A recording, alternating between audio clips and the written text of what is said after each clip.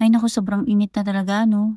Kahit nga nakaupo ka sa bahay, ramdam na ramdam mo yung init ng panahon. Kaya naman for today's video ay gagawa na lamang tayo ng ice drop. Para naman kahit papano ay mabawasan yung nararamdaman nating init na dulot ng panahon. Sa isang bowl, maglagay lamang tayo ng 2 all-purpose cream na chilled overnight. At syempre, sisimutin natin yan, bawal magsayang. Gagamitan lamang natin ito ng hand mixer, continuous lang sa paghahalo hanggang sa mag-double yung size ng ating nilagay na all-purpose cream. At ayan, kapag okay na, pwede na nating ilagay yung ating isang lata ng condensed milk. Tapos maglalagay rin tayo ng isang lata ng evaporated milk. Kahit anong brand ay pwede, depende sa inyo kung anong brand yung gusto nyo. At yan, pagkatapos ay haluin lamang natin ito hanggang sa mag-combine yung mga ingredients na inilagay natin. At habang naghahalo nga ay may isa ditong napaka-cute na naiinitan din at naghihintay. At dahil 2 flavor nga yung gagawin natin, kaya naman hahatiin natin sa 2 yung ating ginawang mixture. Yung isang flavor alam nyo na, cookies and cream. Favorite ko yan eh. Tatanggalin lamang natin yung pinaka-filling o palaman. At yan, kapag naiwalay na natin yung palaman doon sa cookies, kunin na natin yung kalahati ng ginawa nating mixture kanina. Ilalagay ko na yung palaman na tinanggal natin kanina sa cookies, tapos hahaluin ko lamang ito ng mabuti hanggang sa mag-combine yung mga ingredients at magpantay yung lasa. At para naman sa cookies ay gumamit lamang ako ng baso para durugin ang mga ito. Pwede kayong gumamit ng food processor, pero ako kasi mas gusto ko yung buo-buo pa yung cookies. At ayan, okay na. Ilagay na natin ito sa mixture na ginawa natin kanina. Tapos ay haluin lamang ulit natin ito hanggang sa ma-coat na ng ating mixture yung mga cookies na nilagay natin. At ayan, tapos na tayo sa cookies and cream. Doon naman tayo sa isa pang gagawin natin na buko flavor. Bumili na nga rin kami sa market ng buko, pagkatapos ay pinagadgad na rin namin ito. At para naman sa molder ng ating ice drop ay bumili lamang kami ng pinakamaliit na size ng plastic cup.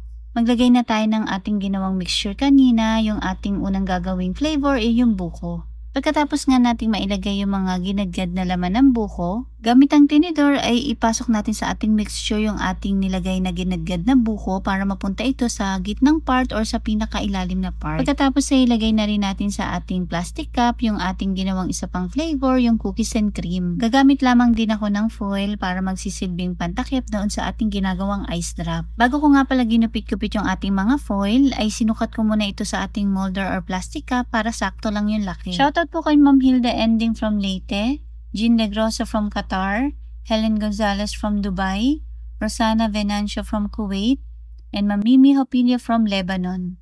Maraming salamat po sa panonood ng aming mga videos. At ayan, tapos na nating matakpan ng foil yung ating molder o yung ating plastic cup. Gamit ang maliit na kutsilyo ay tutusukan ko lamang ang mga ito isa-isa sa gitna. Tapos saka ko ilalagay yung ating stick na magsisilbing hawakan ng ating ginagawang ice drop. At ayan, tapos na. Pwede na natin itong ilagay sa ating freezer ng at least 6 hours or mas maganda kung overnight. At yan, fast forward nga, kinabukasan after work ay chinek ko yung ating ginawang ice drop. Muntik ko na nga itong makalimutan kung di pa pinaalala ni Chef. Tsura pa lang talaga yung nakakatakam na. Ayan, binuksan ko na nga muna ito. Inuna ko yung ating buko flavor. At yan, dahil overnight nga itong nilagay sa freezer, ay buong buo ito at matigas. Para naman tanggalin doon sa ating plastic cup yung ating ginawang ice drop, ay gumamit lamang ako ng gunting. Siyempre, tingnan naman natin yung ating isa pang ginawang flavor, yung cookies and cream. Ay naku, kagabi pa lang talaga excited na akong tikman. Ayan, diba? Nakita nyo naman buong buo talaga yung ating pagkakagawa sa ating ice drop. Naku, kapag ginawa nyo to, siguradong magugustuhan talaga ng mga bata. At kung umabot kayo sa part na ito at nagustuhan nyo po ang aming video, ay pakicomment naman po kung taga saan kayo para naman pasalamatan po namin kayo sa aming mga susunod na video. Yun lamang po, maraming salamat. Enjoy! Ay naku, ang sarap. Enjoy na enjoy talaga kami ni Chef habang kinakain itong mga ice drop. Iba rin talaga pag homemade, no? Sabi niya masarap daw yung buko flavor. Sabi ko naman, hindi, mas masarap yung cookies and cream. Kaya ba, anong mas gusto nyo? Yung buko flavor or yung cookies and cream?